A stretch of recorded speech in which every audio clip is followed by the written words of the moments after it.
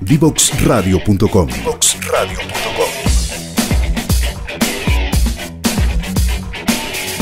Conversaciones que simplifican lo complejo.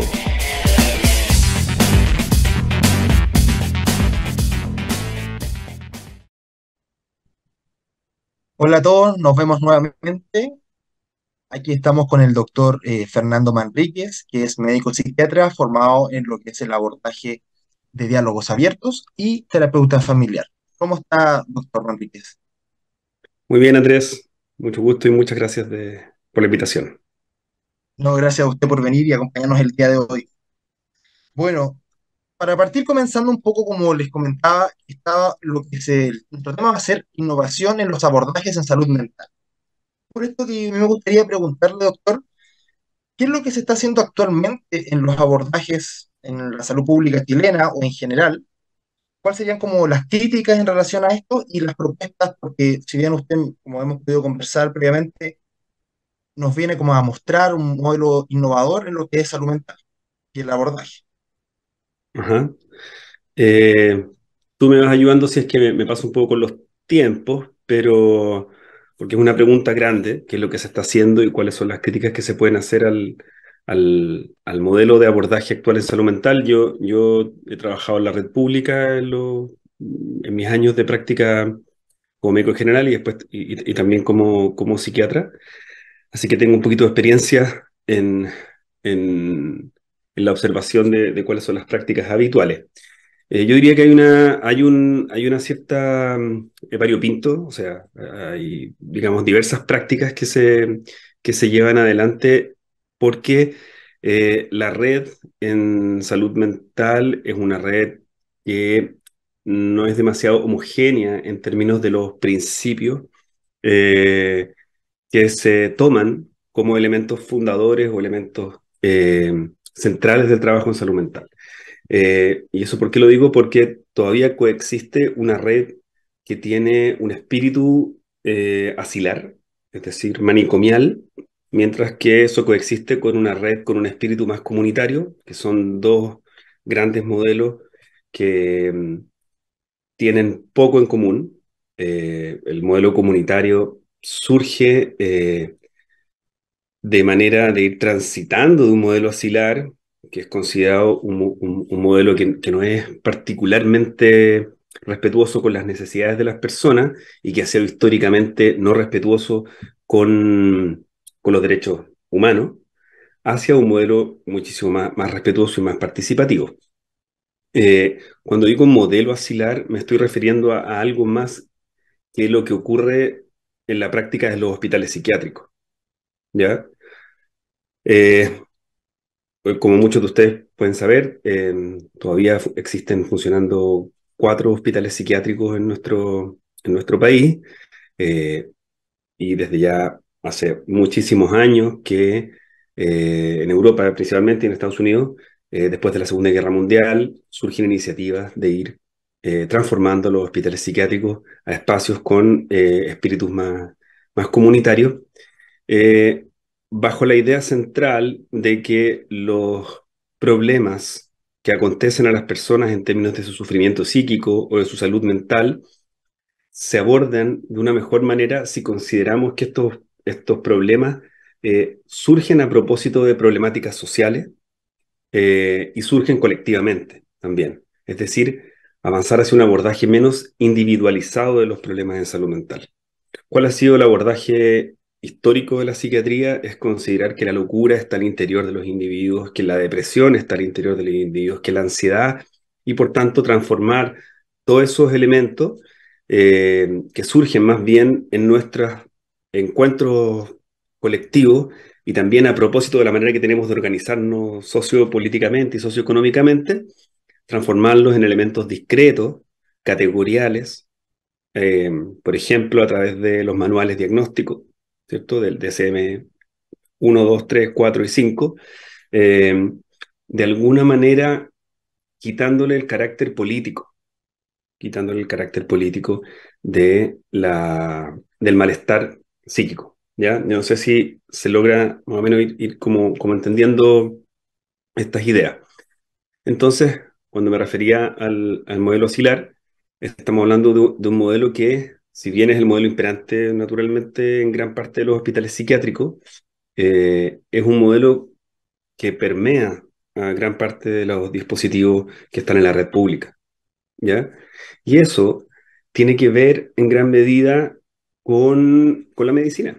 Eso tiene que ver con los orígenes de la psiquiatría y tiene que ver con cómo todavía organizamos los servicios en torno al pensamiento psiquiátrico. El pensamiento psiquiátrico es un pensamiento que deviene de la medicina y por tanto lo que hace es tomar los elementos propios de la medicina e incorporarlos al malestar psíquico. Entonces, incorpora el concepto de enfermedad al malestar psíquico y lo que hace es ir dándole una forma de enfermedad. Y la enfermedad en medicina se entiende como una entidad discreta que ocurre al interior de un sujeto, que tiene una causa, una etiología, ¿cierto? Como una serie de elementos, un pronóstico, un curso, son todos unos elementos que vienen desde la medicina y que intentan posicionarse en el malestar psíquico. Lo que ha llevado ese modelo es que tenemos una forma de abordaje de las problemáticas que no considera la participación de las personas en los procesos, porque lo que hace es posicionar a los equipos de salud mental como expertos del malestar. Y entonces las personas que están aquejadas y consultan son sujetos pasivos, sujetos que reciben atención, que reciben intervenciones, que se les dice cómo actuar para que el malestar, ¿cierto?, se vaya. Eso es tremendamente exigente para las personas, es tremendamente exigente, porque las personas están sometidas a una serie de presiones sociales que son naturalmente muchísimo más grandes que su capacidad de libertad o su capacidad de acción. Cuando se le pide a las personas que pongan de su parte, ¿cierto? Y que hagan una serie de cosas eh, para estar mejor, lo que se pasa por alto es que hay una serie de factores que están condicionando esas posibilidades y que las personas lo que están haciendo habitualmente es adaptarse a situaciones complejas sociopolíticas de la mejor manera que pueden. Por lo tanto, hay una forma de mirar el malestar eh, que por un lado es una señal, nos está diciendo que algo de lo que estamos, de la forma en que nos estamos organizando no es no es la más correcta, no es la más sana para todos nosotros, y también lo que está diciendo es, bueno, esto es lo que yo voy encontrando para manejarme, ¿ya? Y a veces también enfermar puede ser la mejor manera de parar un poco, de recibir ayuda, de recibir un escucha, cierto acompañamiento. Entonces son varias cosas las que naturalmente se pueden desprender de la idea de cómo abordamos. Y hay otro elemento significativo asociado al modelo que tiene que ver, ¿cierto? Como decía, con la participación y naturalmente con el empoderamiento, en la medida en que las personas tienen un rol más pasivo, eh, van quedando con menos posibilidad de sentir que hay algo, ¿cierto?, que se puede hacer. A propósito también de un discurso que tiene que ver con lo neurológico, ¿ya? La psiquiatría se ha amigado muchísimo con los discursos neurológicos y ha querido comprender, o más bien explicar, los fenómenos a propósito de mecanismos discretos de neurotransmisores, en fin, que suben, que bajan, ¿cierto? En ese sentido, la industria farmacéutica ha estado muy involucrada en construir ese conocimiento y ha sido naturalmente muy útil para la industria que los psiquiatras repitan ese tipo de discursos. Eh, y bueno, y naturalmente también otros discursos que tienen que ver con la genética, en fin, pero de maneras muy discretas. Yo no quiero negar espero que se entienda, no quiero negar que existan ni los genes ni los neurotransmisores y que esos elementos puedan jugar roles en el malestar, pero la forma en que están comprendidos esos fenómenos no dan cuenta realmente de los problemas de las personas. Y hay un Claro, último y una elemento. consulta, Sí, no sí. muy breve, así como para poder ir como sintetizando un poco respecto a cuáles serían como entonces los pilares fundamentales de la innovación en el abordaje de salud mental. en términos Bueno, generales, como para ir eh, aterrizándolo como a lo más terrenal. los, a ver, abordajes innovadores en salud mental, hoy en día podemos hablar de alternativas a la psiquiatría más clásica, que son experiencias más bien locales y más bien reducidas en el tiempo, que han existido en diferentes partes del mundo y que han buscado hacer las cosas de una manera distinta. Estoy hablando de la red pública. Yo creo que en la red privada probablemente hay muchísimo más, eh, digamos, hay menos homogeneidad en ese sentido y hay más elementos porque ahí probablemente cada uno hace lo que le parece correcto. En la red pública tiene que uno más o menos ceñirse a ciertos elementos estructurales y ciertas normativas. Pero para no quiero desviarme de la pregunta. Eh, Algunos de los elementos innovadores, por ejemplo, han sido, por nombrar algunos, ¿ah? El movimiento de escuchadores de voces es un movimiento sumamente innovador en el campo de la salud mental, que surge a propósito de los estudios de algunos holandeses, en que empiezan a incorporar lo que en medicina o en psiquiatría se llaman alucinaciones, ¿cierto? Verbales o alucinaciones auditivas. Eh, al, Al campo de lo comprensivo, sacarlos del mundo de lo enfermo como un elemento que no tiene, que no es llamado a ser comprendido, sino que es solamente llamado a ser apagado, ¿cierto? La psiquiatría nos dice, si alguien escucha voces, haz lo posible para que deje de escucharla, Bueno, la ¿ya? función de los fármacos todas prácticamente esa, por pagar en esa línea. Apaga. Exactamente. Y entonces este abordaje es muy interesante porque lo que busca es ofrecer un espacio de comprensión en que las personas puedan darle sentido a sus voces. Y por darle sentido se refieren a poder enmarcarlas dentro de su experiencia biográfica.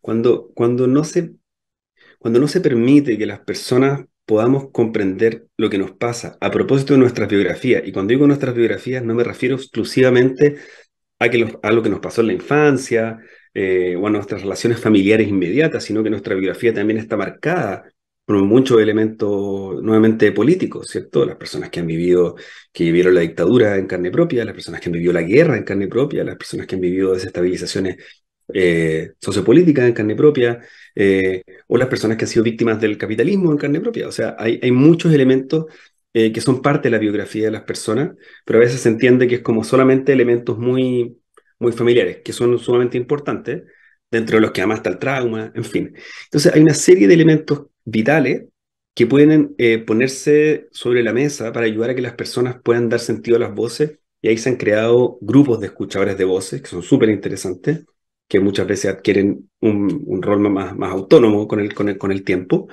donde las personas pueden dar sentido a esas experiencias y acompañarse.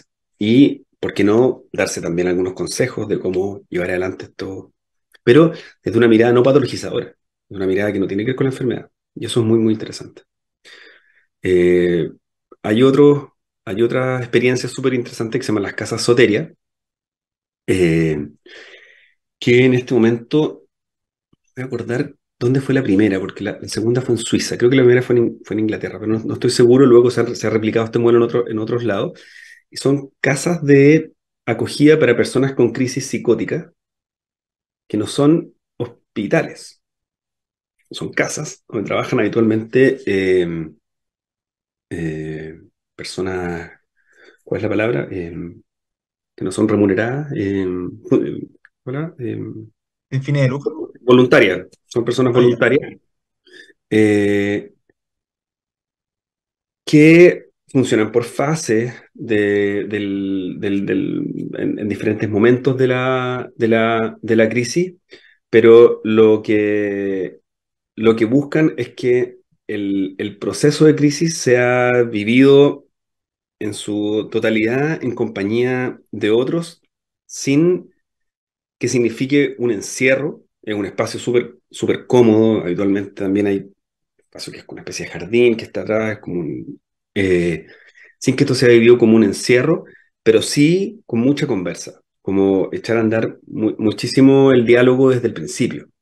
Eh, con uso de medicamentos en muy bajas dosis o prácticamente una de las experiencias sin uso de medicamentos, y donde este grupo va acompañando el proceso durante toda la crisis. Y tuvo resultados súper interesantes. Lo que pasa es que, claro, cuando uno lo empieza a pensar y dice, en términos de económicos, ¿cierto? Eh, Parece súper complejo que cada persona que tenga una crisis psicótica pueda ser acompañada de esta manera. Pero lo que te dice es que hay abordajes distintos que pueden ser súper enriquecedores y liberadores para las personas y que no necesariamente implican el encierro o formas más coercitivas de hacer psiquiatría, o una cosa que yo critico mucho, que es que a las personas se les obligue a repetir que aquello que les pasa es el subproducto de una enfermedad que está definida por personas que son ajenas a su vida, eh, y que eso es como un camino a la sanación, ¿cierto? Que las personas digan, sí, soy esquizofrénico, sí, soy bipolar, sí, lo reconozco. Eh, Como si eso en sí mismo significara que la persona se empieza a volver más consciente de su malestar, cuando en realidad lo que está haciendo es repetir un discurso que no tiene que ver con la forma en que él comprende o ella comprende su malestar. No sé si se entiende. Y entonces, en términos concretos, igual las propuestas que usted nos ha ido comentando ahora, habla principalmente de lugares en donde la acogida, el trato es menos medicalizado. Quizás, me imagino que igual algo de componente médico tiene que haber en caso de alguna necesidad, o no, en estas situaciones. Absolutamente. El- la- Aquí la pregunta es, ¿cuál es el rol y cuánto es el rol? O sea, yo escucho, yo he trabajado mucho en conjunto con la atención primaria, y yo escucho que muchas veces el relato que se hace de las personas es más o menos así. Bueno, esta es una mujer de 50 años que está tomando sertralina, 150 miligramos.